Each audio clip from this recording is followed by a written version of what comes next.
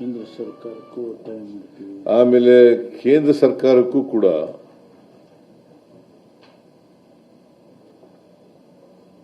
ಈ ಕಿರುಕುಳವನ್ನು ತಪ್ಪಿಸಲಿಕ್ಕೆ, ಹ್ಯಾರಾಸ್ಮೆಂಟ್ ಅನ್ನು ತಪ್ಪಿಸಲಿಕ್ಕೆ ಬಾರೋಯರ್ಸು ಈಗ ಅನೇಕ ರೀತಿಯಲ್ಲಿ ಊರು ಬಿಟ್ಟು ಹೋಗೋದು, ಆತ್ಮಹತ್ಯೆ ಮಾಡ್ಕೊಳ್ತಕ್ಕಂಥದ್ದು ಅಥವಾ ಬೇರೆ ಇನ್ಯಾವುದೇ ರೀತಿಯಲ್ಲಿ ಕಿರುಕುಳ ಅನುಭವಿಸ್ತಕ್ಕಂಥದ್ದು, ಇದಕ್ಕೆಲ್ಲ ತಡೆ ಮಾಡಲಿಕ್ಕೆ ಕೇಂದ್ರ ಸರ್ಕಾರನೂ ಕೂಡ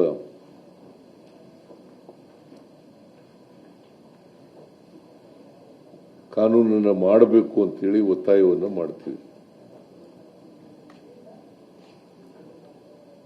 ಯಾಕಂತಂದ್ರೆ ಇದು ರಿಸರ್ವ್ ಬ್ಯಾಂಕ್ನಲ್ಲೇ ಮೈಕ್ರೋ ಫೈನಾನ್ಸಸ್ಗಳೆಲ್ಲ ರಿಸರ್ವ್ ಬ್ಯಾಂಕ್ನ ಅಡಿನಲ್ಲಿ ಬರ್ತಕ್ಕಂಥದ್ದು, ಅವ್ರು ರೆಗ್ಯುಲೇಟ್ ಮಾಡ್ತಾರೆ.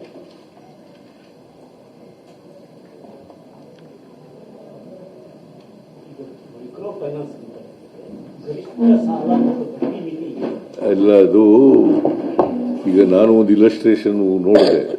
ಆ ಇಲಸ್ಟ್ರೇಷನ್ ಅಲ್ಲಿ 17.07% ಜಾಸ್ತಿ ಬಡ್ಡಿ ವಸೂಲು ಮಾಡಬಾರ್ದು ಅಂತ ಇದೆ. ಒಂದು ಇಲಸ್ಟ್ರೇಷನ್ ಅಂದ್ರೆ 20,000 ರೂಪಾಯಿ ಸಾಲ ಕೊಟ್ರೆ ಅದು ಏನಾಗುತ್ತೆ, ಕೆಲವು ಎಕ್ಸಾರ್ಬಿಟೆಂಟ್ ಆಗಿ 21%, 24%, 29%, 28% ಈ ತರ ಮಾಡ್ತಾ ಇದ್ದಾರೆ. ಅದರ ನಿಯಂತ್ರಣ ಇಲ್ಲ.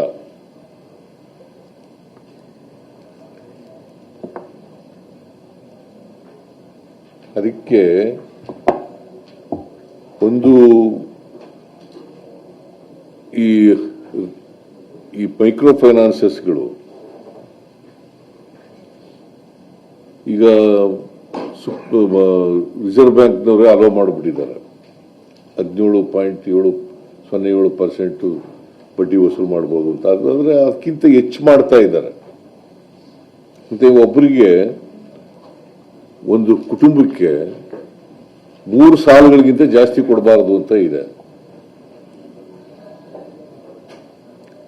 ಇವರು 4, 5, 6 ಹಿಂಗೆಲ್ಲ ಕೊಟ್ಬಿಡ್ತಾರೆ. ಅವರ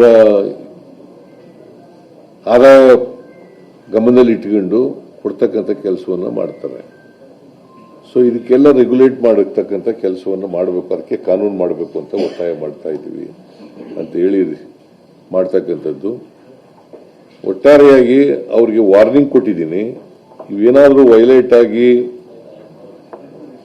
ನೀವು ಮೈಕ್ರೋ ಫೈನಾನ್ಸಸ್ ಮತ್ತೆ ರಿಸರ್ವ್ ಬ್ಯಾಂಕ್ನವರು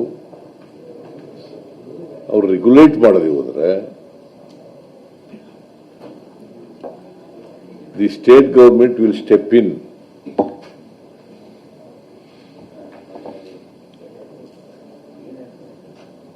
ಪೊಲೀಸ್ನವ್ರ ಮುಂದೆ ಈಗಲೂ ಇದೆ, ಪೊಲೀಸ್ನವ್ರ ಮುಂದೆ ಈಗಲೂ ದೂರುಗಳು ಕೊಟ್ಟರೆ ಅವ್ರ ಮೇಲೆ ಕ್ರಮ ತಗೊಳ್ತಕ್ಕಂಥ ಅವಕಾಶ ಇದೆ. ಆದರೆ ಅದಕ್ಕೆ ಕಾನೂನು ಮಾಡ್ತಾ ಇದ್ದೀವಿ. ನಾವು ಒಂದು ಹೊಸ ಕಾನೂನನ್ನು ಮಾಡ್ತಾ ಇದ್ದೀವಿ. in order to protect the interest of the borrowers, either under microfinance institutions or under any money lending institution.